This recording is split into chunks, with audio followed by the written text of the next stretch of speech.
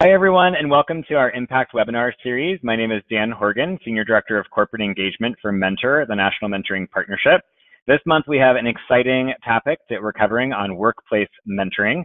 We've got a lot of great content and some fantastic examples from two community-based mentoring program partners that we have that facilitate workplace mentoring across the country, plus lots of other examples that we will interject into today's conversation. Before we get started, just a couple logistics. One is just as a reminder that everyone who's joining us for today's session is going to remain on mute, just to minimize any of the background noise for the conversation. If you have any questions, though, or comments, or want to engage in the conversation, we ask you to please use the chat box or the question feature located on the right side of your screen. I'll be monitoring that throughout the course of today's session, and we'll leave plenty of time at the end for some Q&A, as well as interject some of the comments as they surface throughout the conversation. We also, just as a heads up, we'll be sharing all of the slides in addition to a PDF version of the checklist for the Workplace Mentoring Supplement, as well as a recording of today's session following today's webinar. So you don't have to take furious notes. You can tune in and listen actively. And we'll make sure you get all the materials afterwards. We'll also archive them on the mentoring.org website, which I'll include a link to when we send out the materials afterwards. So those are just a few logistics. Again, just starting from a spirit of gratitude, I just want to say a big thank you. I know everyone's time is precious and is being pulled in lots of different directions. So we really appreciate you taking the time to join us today for this 1-hour conversation all around workplace mentoring. Again, my name is Dan Horgan. I'll be the moderator for today's session. And I'm really excited that I'm joined by 3 featured speakers, including Mike Garringer from Mentor, Dan from Urban Alliance, and Jim from Spark. I'm going to ask each of them just to do a quick introduction before we jump into today's conversation. So Mike, I'll toss it over to you. Hey, thanks, Dan. Mike Garringer here. I'm the Director of Research and Evaluation at Mentor. And on this particular publication that we'll be talking about today, I served as kind of the lead editor and one of the authors and kind of coordinated the working group that also provided recommendations that Dan and Jim were a part of. So really happy to be with everyone today and excited to talk about this resource and kind of what we're recommending to the field. So thank you, Dan. Thanks, Mike. I'll kick it over to Dan now. Okay, great. Thanks, Dan and Mike. My name is Dan Finn, and I'm the Chief Impact Officer at Urban Alliance. We are a national workforce development nonprofit that's headquartered in Washington, D.C. Mentoring is a huge part of our model. Our outcomes are based on them. So just excited to be part of this conversation and getting to spend some time with you all this afternoon. Thanks, Dan. And Jim, I'll toss it to you for an introduction. Excellent. Thanks again. Really excited to join you all. My name is Jim. I'm the head of program and operations at Spark. So I work across our national organization in everything from program design, evaluation, staff training, and then all of the operational pieces, HR, finance, IT, etc. I'm also equally excited to be here. This has been a great collaborative project to be a part of. We've learned a lot just as much as we have contributed. And the world of workplace mentoring is something that's both really important to us and a place with an incredible amount of possibility and potential for our young people. So it's really exciting to be with all of you and focus on the opportunities here. Awesome. Thanks, Jim, so much. So I just want to give everyone a quick overview. We have a really diverse mix of folks that are tuning into today's session, representing lots of different sectors, including corporations, government agencies, education, including K through 12 and higher ed, as well as community-based programs. And so if you are new to Mentor, the National Mentoring Partnership, I'm going to give you the quick high-level overview and direct you to mentoring.org in case you have any further questions or you're looking for additional resources. That site is full of great content, including things like the workplace supplement that we're going to talk about today. Mentor is a national organization that's been around for almost 30 years, headquartered in Boston, Massachusetts. Our core mission is to really fuel the quality and the quantity of mentoring relationships for America's young people across the country, all in an effort to really expand the number of relationship supports that young people have, both formal and informal, as they navigate their lives in terms of academics, in terms of preparing for work, and in terms of just being successful in life in general. We do this definitely in partnership with a lot of different organizations. Mentor as a whole has over 2,000 mentoring program partners represented by a sampling that you see on the screen right now, but certainly not an exhaustive list. We work with programs, many of which I'm sure you are familiar with beyond the two that are featured today on our session with Spark and Urban Alliance. We also work with groups like Big Brothers Big Sisters, Boys and Girls Club, City Year, thinking about the context in which mentoring unfolds across the country, whether it's on the sports field or in a classroom or in a workplace. We're working with a variety of diverse mentoring programs. We also work across sectors with a number of companies. Again, you'll see a sampling of some of the corporations, public-private partnerships that we've formed in order to really fuel the mentoring movement and make sure that young people have access to caring adult supports along their entire journey from school to work and beyond.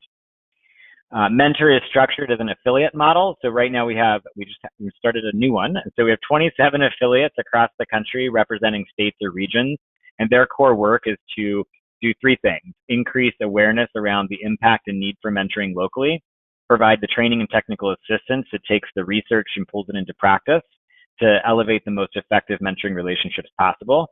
And then third is to really advocate for the types of support and policy that's needed to really continue to fuel the overall mentoring movement and the impact that movement can have across the country. The need for mentoring is, again, it was rooted in our research. As you can see on the screen, 1 in 3 young people are growing up without a mentor outside of their immediate family. That's the mentoring gap in America that we often talk about or point to. And so you'll see how those numbers break down here.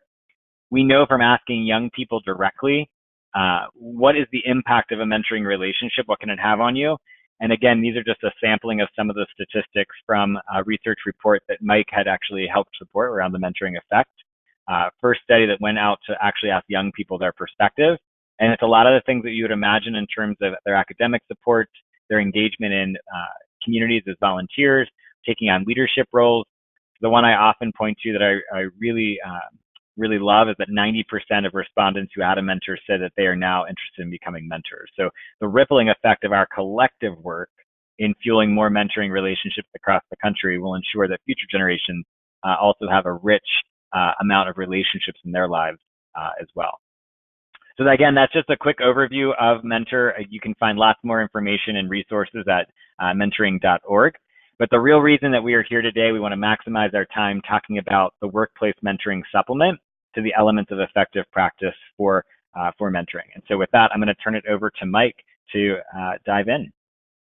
Great, thank you, Dan. I'm really happy to be able to share some of the practices from this guide with everyone. I will note that I'm battling a bit of a cold today, so we'll hope that my voice holds up throughout the presentation here today. I've got a big glass of water that will hopefully carry me through here.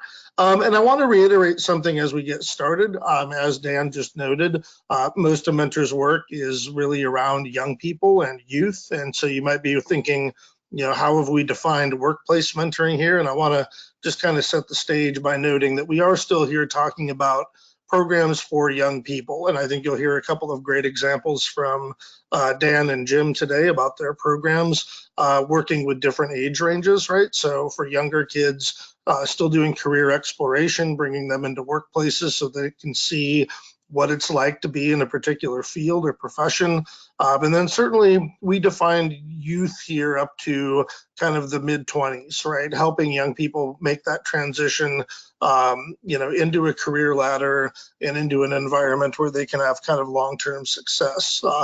That's a tricky transition for young people. A lot of research on what happens when young people don't handle that transition as well as they could. And so today we're really talking about programs that support young people in finding that career that speaks to them and then giving them the skills they need to thrive kind of in a modern workplace. So go to the next slide, Dan. So in doing this work, I first want to really thank the good folks at JPMorgan Chase who provided very generous funding support for this project, but also participated in the working group of programs and other researchers that we drew from in putting this together. They just were an invaluable partner in this, so big thanks to JPMorgan Chase and all the good work that they do. You'll see the authors listed there, my colleagues Janice and Rebecca at IRT, which is a leading research firm down in North Carolina. They've been co-authors with me on all of the elements of effective practice work that we've done over the last 5 years.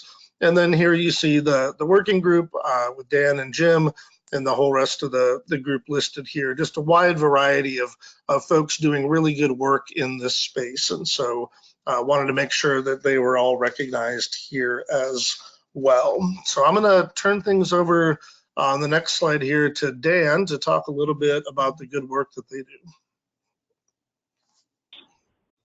Okay, thanks, Mike. I'm off mute. Just want to make sure that you guys can hear me. Hey everyone, again, I'm Dan. So excited to be here with you all here today. At our core, Urban Alliance is a youth development nonprofit. We take, well, I'm sure like Mentor and Spark, we take data and evidence really seriously. And so this number is actually a bit of a North Star for me. Today, millions of young people are not connected to school or work. I think it's easy to see this number and assume that it includes a bunch of high school dropouts. And for sure it does. But actually a large percentage have high school degrees. And so while continuing to focus on high school graduation, continuing to try to increase that needs to be a priority, we also need to focus on how we transition young people from high school into post-secondary life. At Urban Alliance, we use work-based learning and workforce development to help young people transition into adulthood and onto a pathway that can lead to economic self-sufficiency. Our theory of change rests on these three pillars: targeted employability skills training, mentoring from caring adults, and a real-world professional experience. Our core model is our high school internship program, where high school seniors are paired with a 9-month internship that spans over the course of their senior year and the subsequent summer. Our interns are working at some incredible places, from Hilton to Bank of America, Quicken Loans, Northern Trust, LinkedIn, and countless others. We provide training to students that's focused on employability skills or soft skills before interns are placed at work, and then also throughout the year. The whole time, our young people are supported by 2 adults, the Urban Alliance program coordinator and an employee of the job partner that we call the mentor. Over the last 20 years, we've placed close to 500 young people in internships from 70 schools in Washington, D.C., which is our home base, Baltimore, Chicago, Northern Virginia, and Detroit. And we've served an additional 20,000 through professional skill trainings and workshops. Great, thank you, Dan. And I've really enjoyed learning more about Urban Alliance and the work that you do. And I'll turn it over to Jim now to talk about the work of Spark, which is reaching young people a little bit earlier, around the middle school age. So take it away, Jim. Thanks. So from Spark's perspective, when we think about middle school, we think about the possibility and the potential that each middle school student has as they consider their future.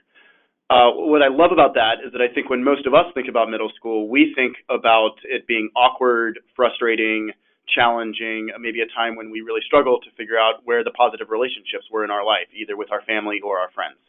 And so Spark wants to have middle school be a place of real possibility and career possibility particularly. So we engage middle school students along with the companies in their community to work together through a career exploration pathway that includes a series of workshops, and then the core of our model, as you'll hear an echo here, a deep one-on-one mentorship where the student gets to explore the career of their mentor in the workplace, work with some of the technology, work with some of the business modeling, work with whatever the specialty is at that company to discover what it looks like in their future for someone of their interests to potentially be in a career like that. We work with about 2,000 students a year across 4 metro areas nationwide, and are excited to see the early on impact of bringing middle school students into the workplace and how that hopefully in some instances prevents some of the work that Dan and his team does later, and in other instances really prepares students for the kinds of transitions to other organizations that take them along the next leg of the journey. Great, thank you so much, Jim. And just once again, a couple of really great examples of what this work looks like in practice, and throughout the rest of this presentation, we'll be hearing a little bit more about some of the specific practices that each of them do to make their programs impactful. So I wanted to just explain a little bit why we developed this supplement, and this is actually the third and what's going to wind up being a series of about 8 or 9 of these supplements that Mentor will produce over the next year and a half. The elements of effective practice is intended to be kind of the guiding document for running a quality youth mentoring program. But I think, even me as one of the authors of it would admit that it is incomplete in fully addressing the needs of specific types of programs programs that are serving youth with different levels of need and perhaps a need for different services or different ways of approaching the work. So while it tries to be essentially a 10 commandments of mentoring, so to speak, it really, for certain program types, there's more that needs to be said. There's more that the research and practitioner wisdom tells us goes into running those types of programs. It's just one of the drawbacks of being in a field that is as diverse as youth mentoring.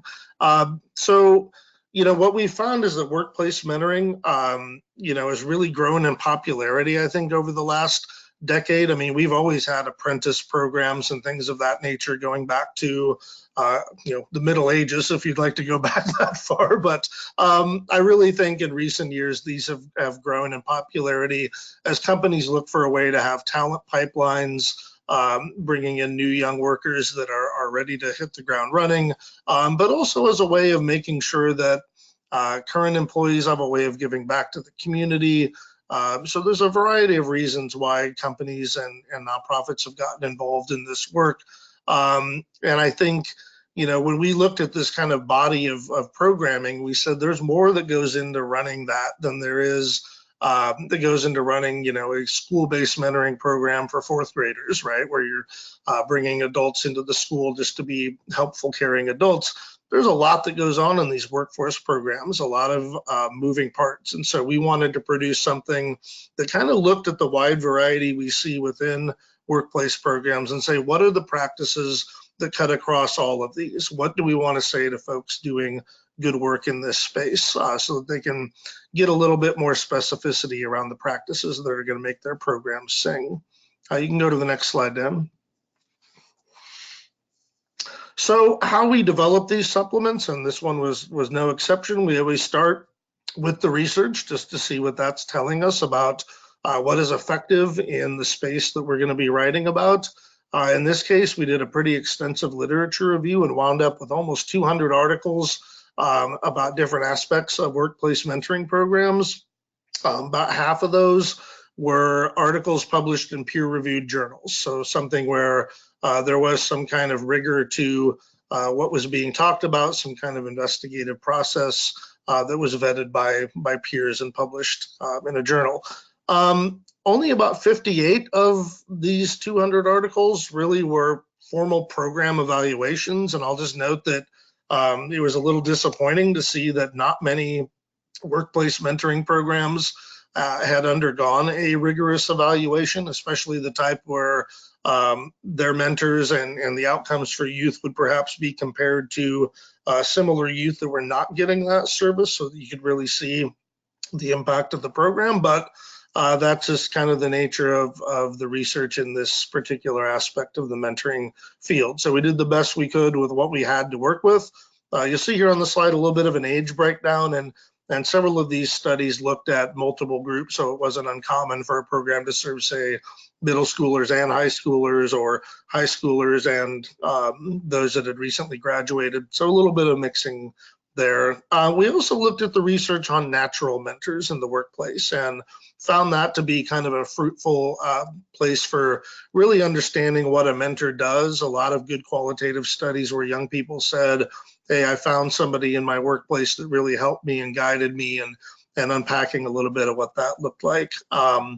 I will note that we found one study that compared formal mentoring in a European apprentice model to natural mentoring in the United States, to no mentoring, and talked with young people in each of those three circumstances. And as you might imagine, the only one that was really ineffective was no mentoring at all. And those people found their first experiences in the workplace to be disheartening and not really setting them up for long-term success. So good evidence for us that this work really matters for young people.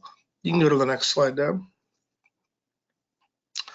So really the translation then of all of that research into practice really flows through the working group that you saw on that previous slide. And that group was instrumental in not only suggesting practices that they felt were critical to their work, but in some cases they really pushed back on some of the things that we thought we were seeing in the research. It's not uncommon for the research to suggest, certain aspects of programs are are important, or certain ways of doing things. But oftentimes our working group members would say, well, we tried that in real life and it didn't really work for these reasons. So sometimes there's a little bit of tension between what the research suggests and what folks doing this work every day on the ground report as being impactful or even practical to implement. Sometimes best practices are not really very well aligned with real world circumstances. So that working group was really instrumental in reviewing the recommendations that we had, putting a finer point on them, and then really giving kind of their final blessing on the recommendations that you will all be getting in a handout. After this webinar is done, Dan's going to send around an email that has, I believe, this recording and a link to where everyone can get that handout. So we think you'll enjoy looking through that when we're done here. In terms of the full product, we're looking for a release later this summer, probably late August sometime. But once again, that checklist of the actual recommendations themselves will be available as soon as we're done here. You can go to the next slide, Dan. So I just want to quickly review some of the major themes, and then we're going to walk through each of the big categories of the elements of effective practice. So recruiting, training, all the way through match closure. And we'll talk about a few of the suggestions in each of those and give Dan and Jim a chance to share real life examples of those from their programs. A couple of the major themes that I saw in this research was, and the good news really is that lots of good research talking about how beneficial mentors are to young people as they enter the world of work. And a couple of big meta-analyses that looked at many programs and kind of lumped their results together. And those really found very strong impacts around kind of tangible benefits, such as increased compensation, promotion up that career ladder, even things like fringe benefits. Also found a lot of kind of what you might think of as social emotional positive outcomes in terms of employees' job satisfaction, their commitment to staying in that job, or at least staying on a career path, even if they don't stay at a particular company for very long, and overall career satisfaction and feelings of identity, right? Do I belong in this field? And that's particularly important in certain fields. STEM, for example, the very first of these supplements that we did was actually around STEM mentoring programs. We got good funding from Genentech to produce that. And really, one of the keys to keeping women, minority groups, youth with disabilities in STEM fields is a sense of belonging, that I belong here as a, self as scientist was one of the big concepts that came out of that. But I think you can extrapolate that out to other careers, right? Helping young people feel like I belong in the workplace, I belong in particular fields is really critical if they're gonna kind of stick with it through that long journey. A lot of good research on the ways that mentors help young people. Obviously, a lot of it is kind of job specific skill building, knowing how to use equipment, knowing processes for doing different pieces of work, but also a lot of psychosocial support, right? And you'll see the last bullet here on the slide, these mentors wear many hats, right? So I'm your supervisor often, but I'm also your confidant. I'm also coaching you. I'm doing specific skill development. I'm also a shoulder to cry on if things are going tough. And those mentors are also working in their own job environment, right? So they're a part of a team trying to get work product done while also mentoring. And so we'll hear a couple of good examples from both Dan and Jim about how programs maybe make this a little easier for workplace mentors so that they don't have to wear as many hats. We'll hear a couple good examples of that. And then lastly, compared to most mentoring programs where it's like, hey, there's a nonprofit, people volunteer there and kids find a mentor through them, we saw a lot of really complex partnership structures. Often having a school partnered with a nonprofit and then working with myriad companies in the community to provide placement opportunities. Just so a really bit of a different kind of structure to many of these programs, and a lot more complicated logistics in terms of getting workers from a job site to a school, or vice versa, getting young people to work sites so that they can do the hands-on work with their mentors. So just a little bit more complicated. So when you see the final product, there'll be quite a few recommendations around hammering out things like memorandums of understanding and really making sure participants are aware of kind of the logistics and schedule and when they need to be at a certain place just to participate. So a couple of major themes there. Those are discussed in a lot more detail in the final product.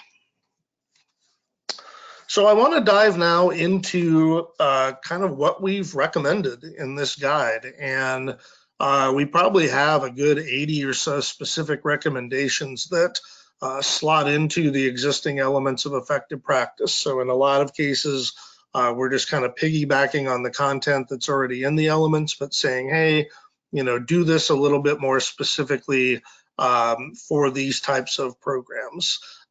So around recruitment and screening, obviously we have a lot of recommendations around recruiting mentors who don't just want to teach somebody how to do a job, but also want to build a relationship with them. I think it's hard. A lot of mentoring programs, I think, sometimes focus on that instrumental support and I'm helping you build skills, but there also has to be a relationship at the heart of it. Otherwise, it's just job training, right? It's not really mentoring. And so really finding those people in the workplace that want to have that kind of experience. And also workers that have good communication, social, emotional skills themselves. It's hard working with a young person while you're also doing your job during the day, right? And being able to juggle all of that takes a particular personality, I think. And then we also have screening recommendations around just making sure that those employees have the right motivations, that they've got time during their day to actually be mentoring a young person. And a lot of discussion around what's the right level in a company. There was some research suggesting, well, if you're pairing a young person with, say, the vice president of a company, that job is so far removed from where the young person is at that it can be hard for them to see that person as a role model that they could reasonably get to, right? So there's a lot of distance between an entry-level employee and the VP.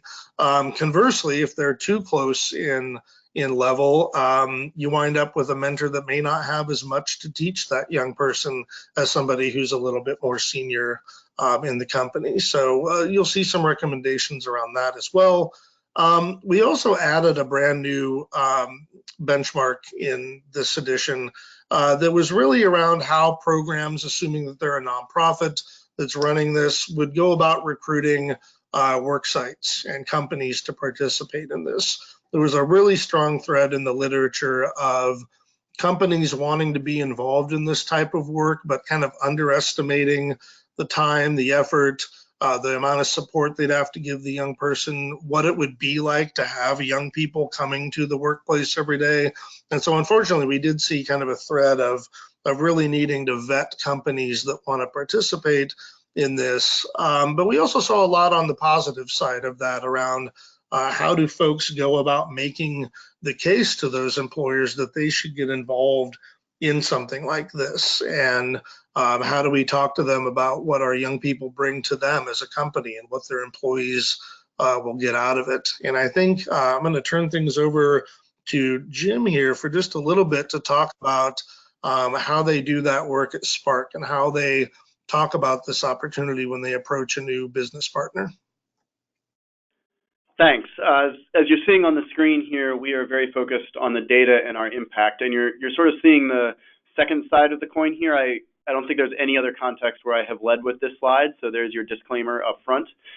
For all of us, getting involved in this work is all about the impact on students and young people. No one would be able to commit the time or the level of interest. Folks want to have a really meaningful experience, et cetera. So there's student impact that's critical to our work and is always the forefront. That said, we recognize, as Mike noted, that these kinds of investments for a company are significant, and these kinds of investments for an individual employee who's going to be a mentor are significant. And so we want to be sure in our model that not only do students benefit from the mentoring relationship, but the mentors benefit as well. Not only does the community benefit, but the community at the company benefits as well. And so you see some of the measurable ways that we address this on the slide here. We're about workforce development. We're focused on employee retention and satisfaction and how our companies can retain and attract better talent and keep them engaged through the opportunity to get engaged in the community alongside their colleagues. We often see our companies structuring things intentionally so that mentors have the chance to work together across departments or across teams that they don't often have the chance to do direct work across.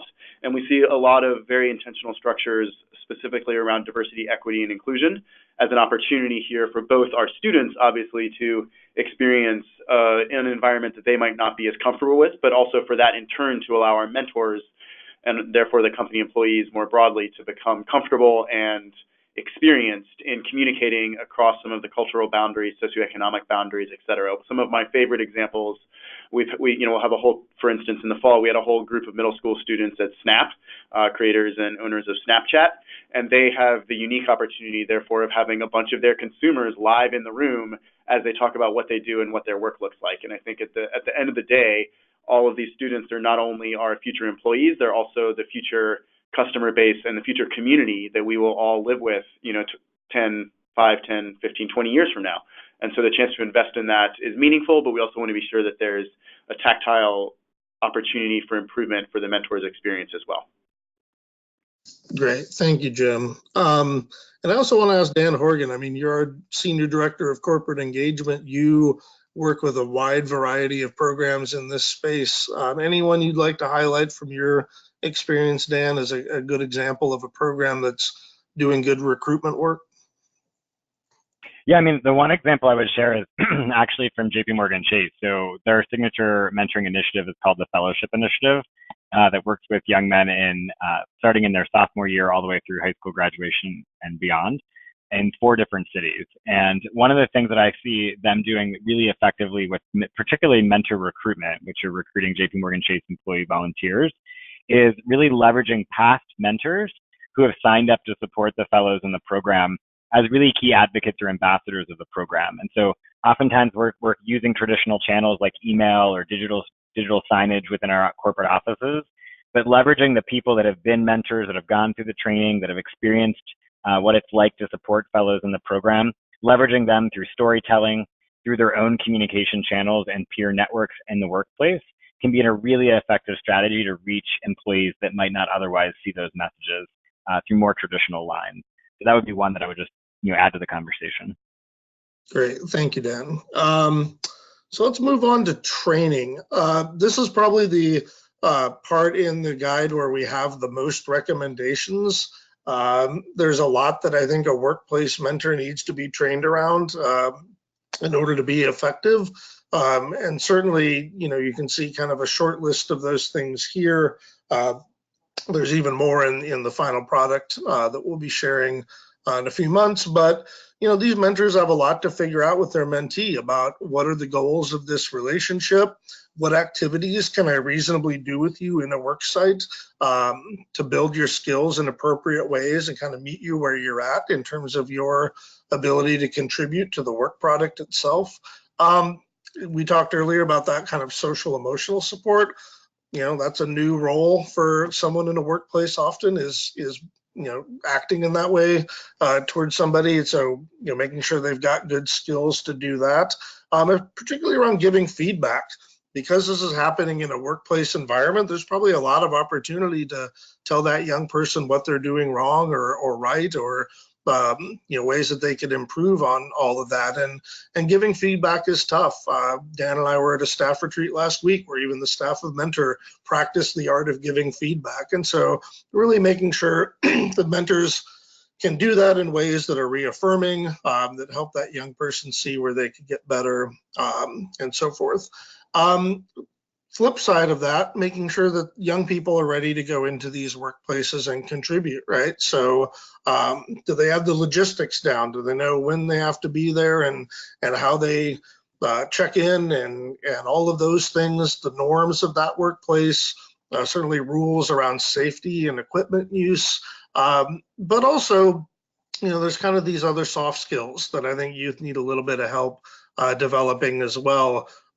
So things like how to advocate for yourself or how to ask for help if you're in over your head on a task that you've been assigned. How do you engage in this relationship in ways that are good and appropriate?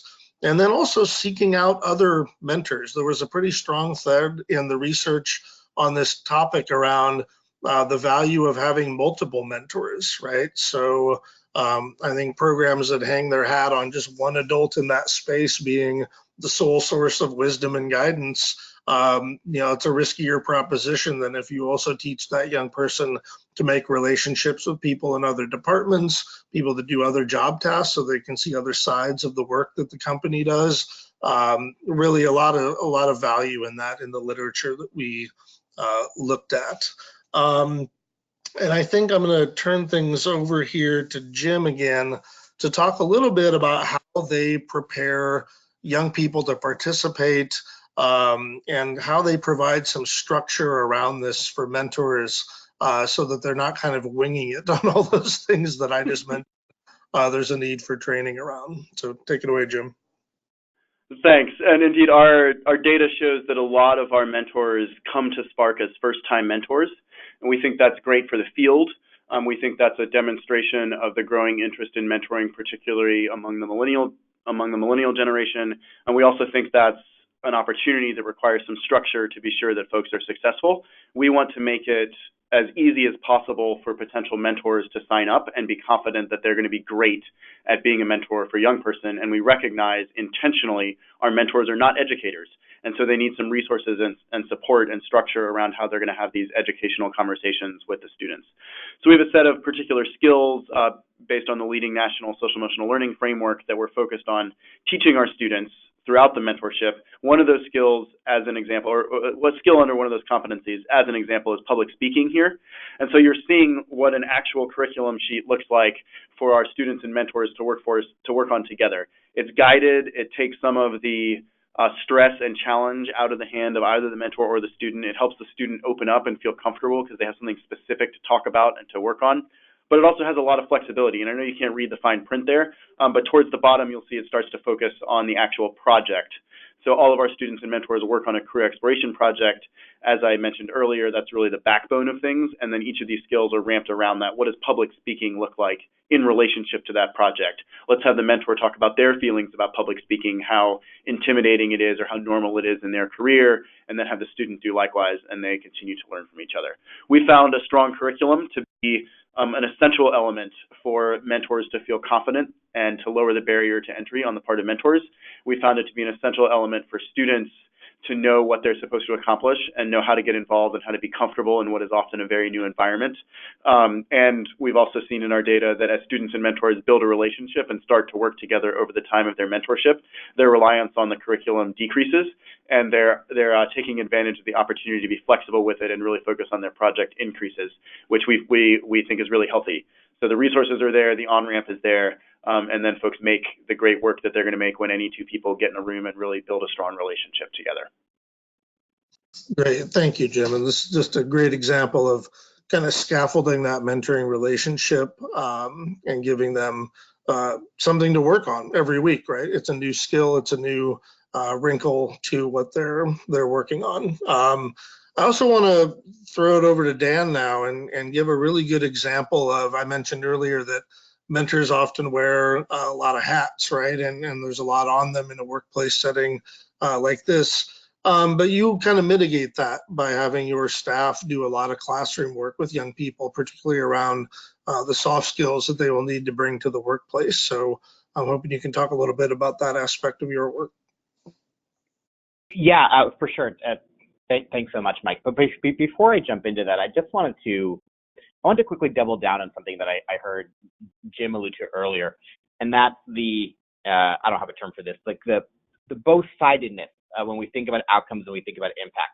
For sure, everyone here on this call, everyone at Spark, at UA, at Mentor, thinking about youth outcomes, and for the majority of what I'm going to chat about, we need to think about that too. But I'm glad Jim brought up how we also have to think about the employer relationship and outcomes and the employer experience. Our programs don't run, they don't exist if employers don't also generate value. They also don't generate and feel supported throughout the process. I think it's a kind of unique, it's a fairly unique wrinkle to models like ours that do mentoring specifically within the workforce context. So just throwing that out there, I thought it was a really great point. I'll turn again now to students and the role of mentors, but Happy to share either in this call or later on the way that we think about support on both sides. So with that, also piggybacking off of the framework that Jim laid out, we focus a lot of our training on building soft skills. One of the main reasons for that is that this set of skills we feel are foundational no matter what pathway a young person wants to end up. These are skills that can help academically. These are skills that can help in any industry or in any job. But we use the context of the workplace in order to develop them. Can we flip to the next slide?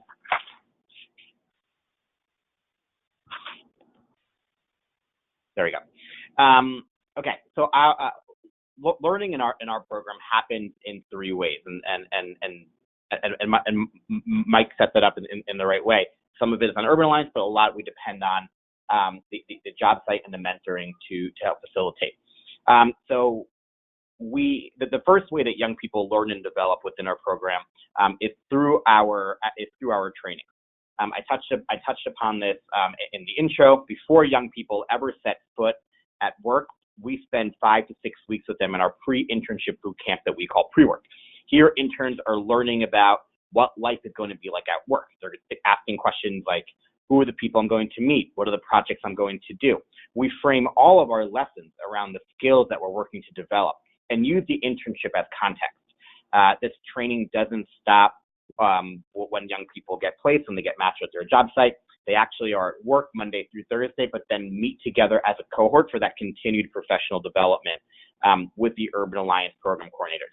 And then just like we heard Jim with Spark, our program team will communicate to mentors about what the trainings are about for the given week, and think about ways that they can incorporate that lesson into the internship.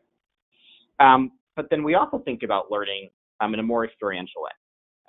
Being at an internship allows the young person to practice these skills in a real world setting. Interns can observe these skills from professionals who have mastered them, not just their mentor, but the surrounding team. These internships can create opportunities for students to show their mentor that the skill is really developed. It's more than just them saying they understand it. They can really perform it, receive feedback and coaching, and work on improving it. And then the final thing to call out, at Urban Alliance, we also think that the actual environment in which the learning takes place can help develop skills. Here's what I mean.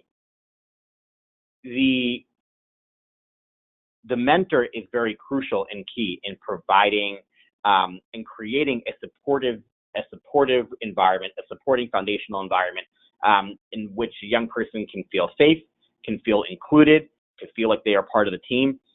This is not only a critical part to learning, it's a critical way that young people can develop these social emotional skills on top of just the actual training.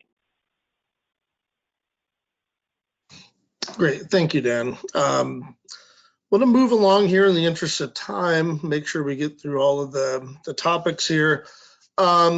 Matching and initiation. So how do you go about finding the right mentor and pairing them up with a young person?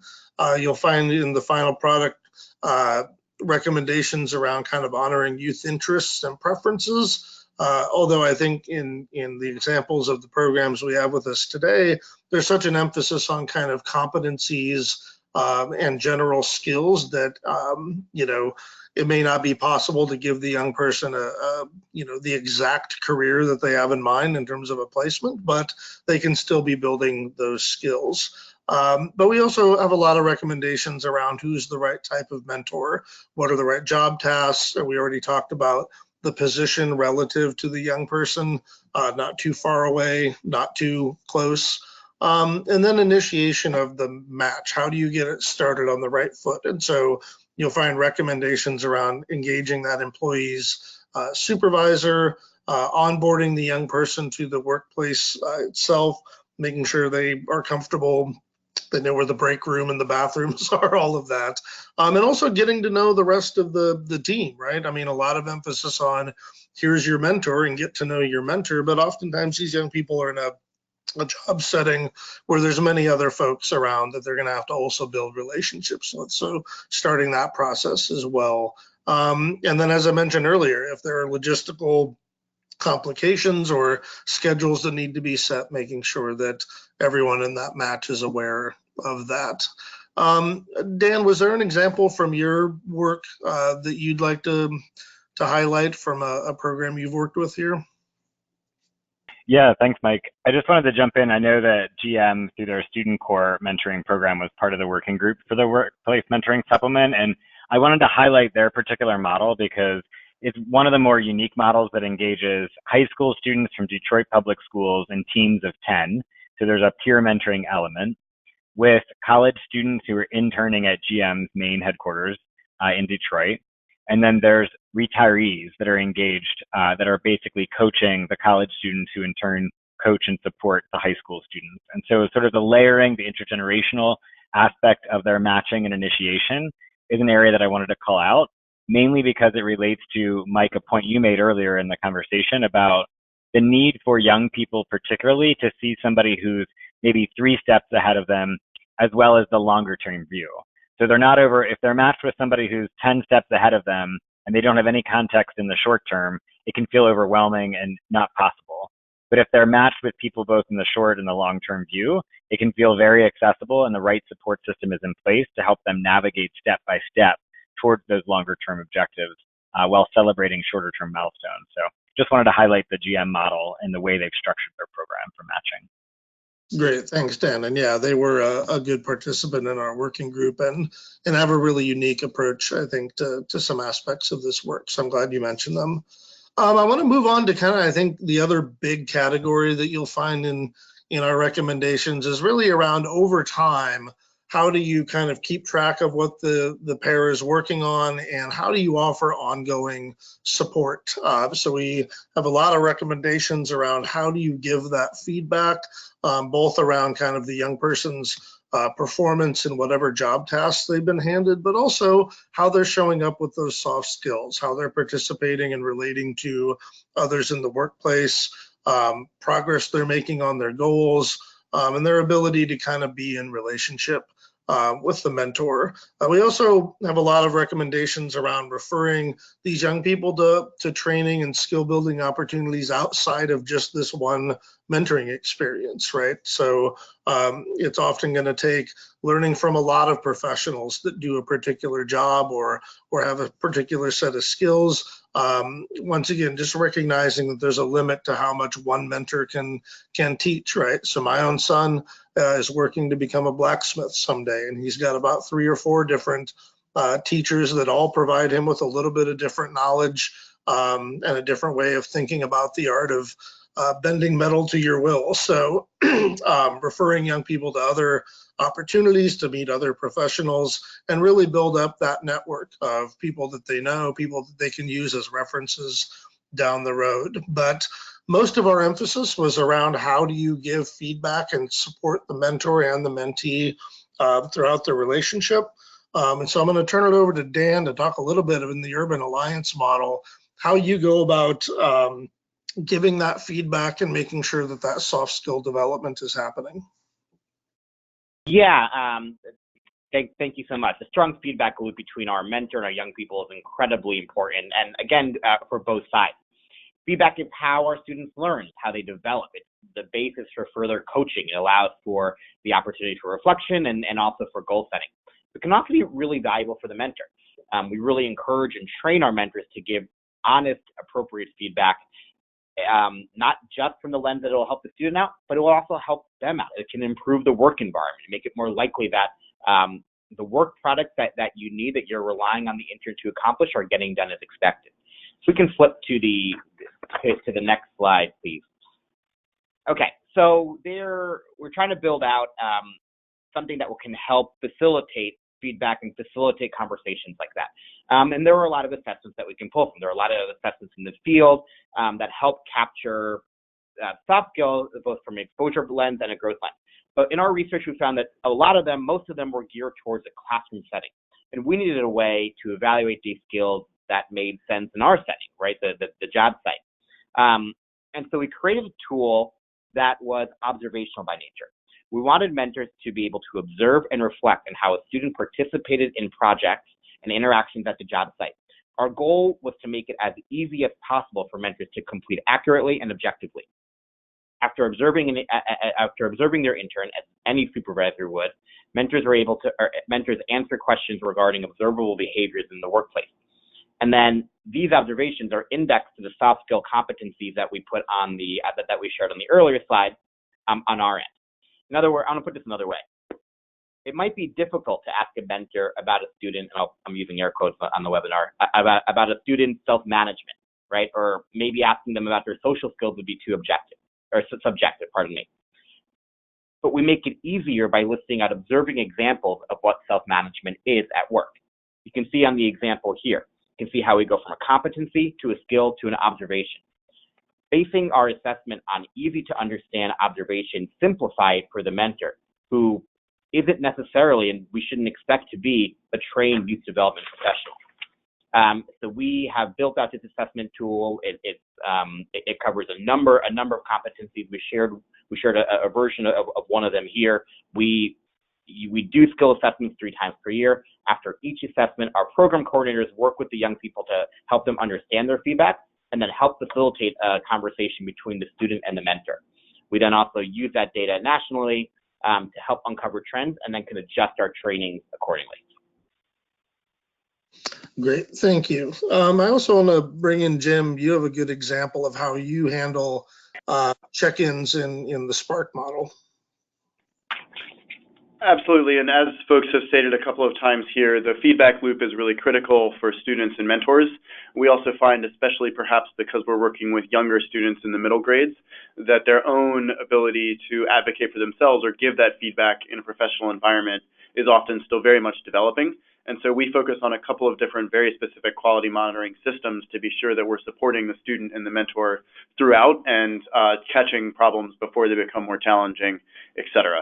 So especially towards the beginning of the experience where they're working together, we'll work primarily with electronic check-ins, particularly for our mentors, a quick form, how's it going, what support do you need, would it help to have a follow-up call, et cetera. And with our students, likewise, although those are just as often paper forms done on the bus on the way back to school, where we focus particularly around relationship strength and project fit. Mentors research extensively shows the real driving factor that relationship strength is in a successful mentorship, and so you'll see that across here. And then, of course, the project fit for us is a critical way in which we measure the students' interests being engaged and continue to be drawn out and engaged across the experience, as well as the mentor's expertise. As we get farther into the experience, then we'll shape those check-ins around interviews with the mentor and student together, which gives us the opportunity to be a moderating force or perhaps a facilitating force in encouraging the student to speak things that maybe they've said to us but need a little bit of encouragement to speak directly to their mentor, and or the reverse. When the mentor has some feedback they want to pass on to the student but needs a little bit of support or a second hand to be sure that's offered in the most appropriate and helpful way possible. And so again, we'll be assessing a couple of specific things: relationship strength, balance, student and mentor leadership in the relationship and in the project, and the overall scope of the project for likeliness to succeed and to be a good experience as they wrap up towards the end. Both of those structures are really helpful to us in ensuring that feedback happens and that it happens in an empowering and successful way. Great, thank you, Jim. And I feel like that's a really good example of kind of staff and the mentor working together to do some of these pieces, which, I think can be a little tricky. There are times when I'd rather hear feedback from one person than another. And so I like the shared responsibility for that you guys implement. Dan, in the interest of time, I'm going to be very quick on closure so that we can actually close this webinar on time. We do have some recommendations in there around things like when the match closes, making sure that employees respect confidentiality, don't be telling stories about your mentee once they're gone from the program, that type of thing. But really also piggybacking on what I said earlier in kind of ongoing support, really making sure that those young people, as they exit the program, not only celebrate what they did while they were in the program, but are connected with other mentors. Who's going to pick up that mantle again and help keep building the skills for that young person and helping them continue up that career ladder. So a lot of good recommendations in the closures section as well. And Dan, I don't know if we've got time for a question or two from our audience today, but really hope folks have enjoyed hearing about some of these recommendations and the two great examples of Spark and Urban Alliance that we've been talking about. Yeah, absolutely. Thanks, Mike. I think that we haven't had too many questions, so I usually take that as a good sign because I've been watching the audience view and we've been roughly around 100%. That's a good thing, people. But I think you've covered a lot of amazing content. I think the recommendations in the documents that we'll send out in connection with the recording will also provide a lot of really valuable content. One question, real quick, for anyone who's interested in taking it would be, what are the tactical tools that are being used for evaluation purposes? So when you talk about doing surveys or using electronic formats, like just tactically speaking, what are people using or finding most helpful for both evaluating mentors as well as the youth that are involved in programs?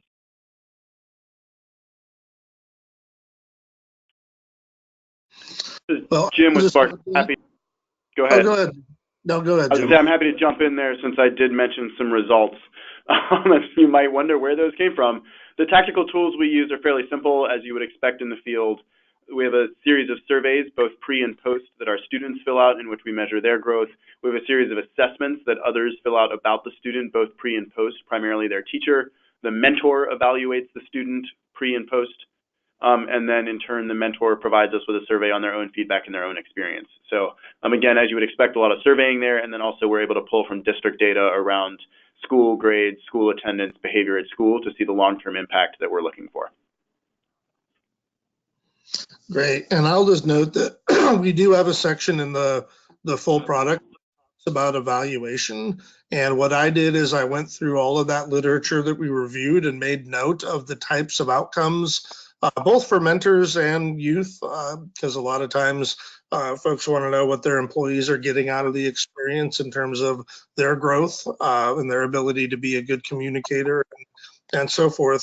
So we do have a good section that talks about evaluation and kind of the outcomes that are typical in these programs. We don't wind up recommending specific instruments or scales necessarily, but if folks are interested in that, I do have a good collection of kind of actual instruments that you could use to measure some of these things. So I'm happy to answer any questions folks have about those via email after the event here. That's great. Thanks, Mike. One of the questions that just came in was around, I think, to your just point that you made, we'll send out a link to the measurement guidance toolkit that gives people a lot of context around thinking about program evaluation for mentoring. And then we have one final question. I know we're almost at time, so if we could get maybe a 30-second soundbite, and then certainly happy to follow up afterwards, which would be any best practices around facilitating communications among mentors. So how do they connect mentor to mentor?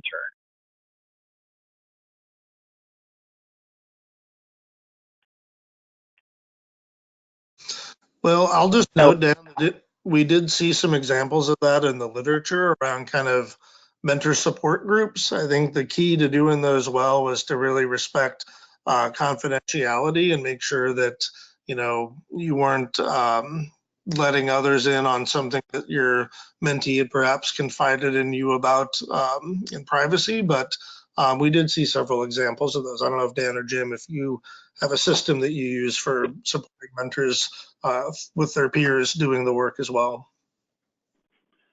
I was going to say, we largely adapt to the company culture. So if it's in person, it's in person. If the company culture is over a chat mechanism, the chat mechanism, et cetera. And we bring all of our mentors together once a year and within each of our regions for like a programmatic kickoff. We've included them in that orientation. So we'll bring mentors on as panelists to speak about their experiences in front of like a new corp of mentors. Some of the ways that we build buy-in and also help facilitate those intra-mentor relationships. Great. That's great. And I'll leave you one more final example, just with JPMorgan Chase support for the Workplace Simple. And one of the things that we do with them is we actually facilitate a monthly webinar series that's partially about skill building for the mentors and giving them tools and curriculum ideas, activities that they can leverage with their mentees, and partially about an open forum that the mentors can share ideas that are working for them that others might learn from, or challenges that they're facing that others might have ideas or strategies around overcoming those particular obstacles. So creating those types of formats could definitely be helpful for the mentors in the program. Again, as Mike said, in a way that doesn't complicate the confidentiality of the relationships either. So I know we're at time. I think we were able to go through quickly those 3 questions that came up. So I definitely appreciate Jim, Dan, and Mike, your partnership and collaboration in both preparing for today as well as facilitating through today's content. There is so much great work, again, in the materials that we're going to be sending out. The checklist that Mike referenced in the very beginning will be available right now. We'll send that as a result of this conversation. And then the full publication will be available in the August timeframe for everybody to be able to check out. There are some additional resources from Mentor that are highlighted here. We have an online community of practice, mentoring connector, National Mentoring Resource Center. Again, all of these sites, which you again can access at mentoring.org, are full of some great resources, some additional webinars, archives of past webinars, as well as other supplements that have been created in conjunction with the elements of effective practice for youth mentoring. So definitely encourage you to check those materials out.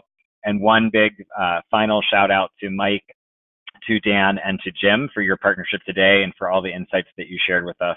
We definitely look forward to seeing everybody next time for our next Impact webinar. Thanks for joining us today. Take care. Bye, everyone. Thanks. Thanks, everyone. Thank you. Bye.